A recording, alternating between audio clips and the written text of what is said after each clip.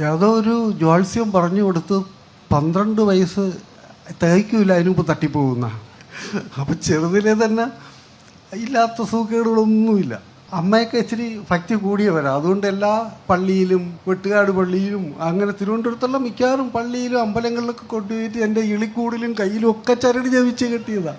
ഇടമില്ല. ചിലപ്പോൾ ഞാനൊന്ന് ഓടിയാൽ ഈർന്ന് പോവും. അവിടെ തടഞ്ഞു നിൽക്കാൻ ഉള്ള മൂലവുമില്ല. ഇച്ചിരി തേമ്പിയതാ.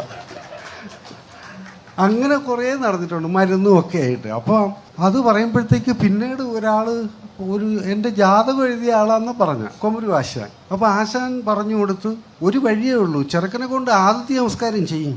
കിട്ടൂല, കിട്ടിയാൽ നല്ലതാ. ആദിത്യ നമസ്കാരം ചെയ്യാൻ പറഞ്ഞു. അപ്പം എനിക്ക് കുഞ്ഞിലെ ഓർമ്മയുള്ളത്, ചിലപ്പം മഴക്കാലത്ത് അമ്മ മുറം ഇങ്ങനെ കമഴ്ത്തി പിടിച്ചു തരും. എന്നിട്ടത് വെളുപ്പിനെ പൂ കൊണ്ടൊന്ന് തറമൊഴുകിയിട്ട് സൂര്യൻ ഉദിച്ചു വരുമ്പോഴത്തേക്ക് സൂര്യനെ നോക്കി പ്രാർത്ഥിക്കില്ല.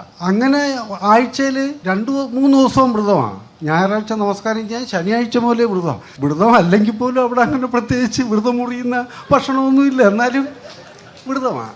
അത് കാരണം ഞാൻ ഇപ്പോഴും വെജിറ്റേറിയനായിപ്പോയി. ഒരു കാര്യം അതെനിക്ക് വലിയ സന്തോഷമായി. പിന്നെ ഈ 12 വയസ്സ് കഴിഞ്ഞപ്പോൾ എനിക്കും ചെറിയ സംശയങ്ങളൊക്കെ തുടങ്ങി. സൂര്യൻ ഭയങ്കരം തന്നെ, 12 കഴിഞ്ഞു. അപ്പം പ്രാർത്ഥിക്കുന്നതൊക്കെ തരുന്നുണ്ട്. അപ്പം അതാണ് ദൈവം. നമുക്ക് സൂര്യഭഗവാനോട് പ്രാർത്ഥിക്കുക എന്ന് പറയും. എന്ന് വെച്ചിട്ട് ഏത് പടം കണ്ടാലും ഞാൻ തൊഴുകയും ചെയ്യും. ഏത് പള്ളിയും പണ്ട് തയ്യൽ പഠിക്കാനൊക്കെ പാളയത്ത് ആദ്യം ചെന്നിറങ്ങിയിട്ട് ഞാൻ മുഴുപ്പുള്ള കെട്ടിടങ്ങളൊക്കെ നോക്കി തൊഴുതിട്ടുണ്ട്. പാളയം പള്ളി, അപ്പുറത്തെ മുസ്ലിം പള്ളി, ഇടയ്ക്കൊരു കുഞ്ഞമ്പലം, നടുക്ക് വേറൊരു സ്ഥലം ഞാൻ ഒരാഴ്ച കൊണ്ട് തിരിച്ചറിഞ്ഞു. അത് രക്തസാക്ഷി മണ്ഡപമായിരുന്നു. അത് നോക്കി തൊഴുതിട്ടുണ്ട്.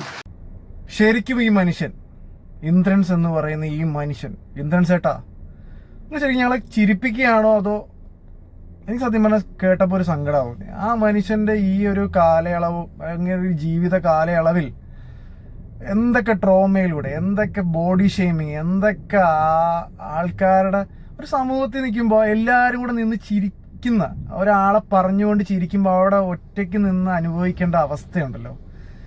ഞാനും ഒരുപാട് അനുഭവിച്ചിട്ടുണ്ട്. നമ്മൾ ഇതായിരുന്ന സമയത്ത് ഇപ്പോഴും ഇങ്ങനെയൊക്കെ തന്നെ, എന്നാലും ഒരുപാട് നമ്മൾ അനുഭവിച്ചിട്ടുണ്ട്. ശരിക്കും ഇന്ദ്രൻസ് ചേട്ടാ, നിങ്ങൾ റോൾ മോഡലാണ്. ബോഡി ഷെയ്മിങ് അനുഭവിച്ച് എൻ്റെ ജീവിതത്തിൽ അതെന്ന് പറയുന്ന ഒരു കാലഘട്ടത്തെക്കുറിച്ച് ഓർക്കുമ്പോൾ അമർഷവും ദേഷ്യവും വിഷമവും ഒക്കെ തോന്നുന്ന ഒരാൾക്ക് you are a perfect role model. Indrans ചേട്ടാ.